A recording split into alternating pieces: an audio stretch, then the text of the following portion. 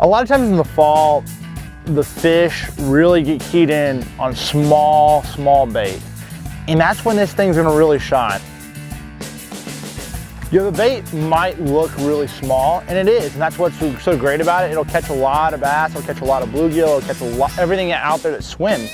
But the action in the water it displaces for a smaller bait that it really is unbelievable. It's really about the cup, and the cup, the mouth. The lip is shaved, meaning it's very thin on the bottom so that it can scoop as much water of the surface water as possible and throw forward that water you just kind of skimmed off the surface, create that giant air bubble, and make it a very, very, very effective popping bait. The cool part about the design characteristics is instead of having an absolute straight line belly, we've got an arched belly. Okay, so that allows the bait to follow through in that forward pop. The bait actually lunges and actually tries to dig as if it's got a swimming lip.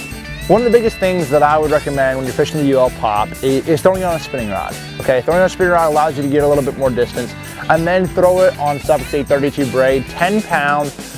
This is gonna allow you to get it a lot further, so get it an extra 10 or 20 feet out of that small bait. And then also throwing a monofilament leader. I like to throw a monofilament leader on there, throwing 12 or 14 pound test on there. It works really well.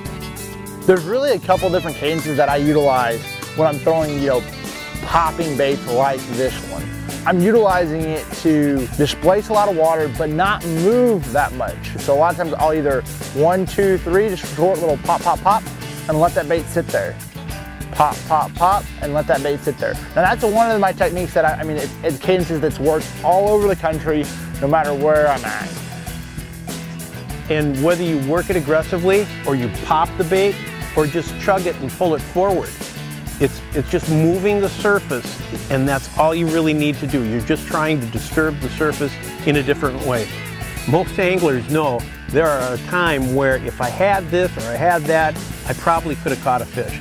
And I've seen times where they won't come up on big baits, and I've been waiting for the little ultralight pop to show up, because this guy will get it done. One thing about that UL pop is it's gonna catch everything that swims, even big bass like this. Make sure you guys pick one up, you're not gonna be disappointed.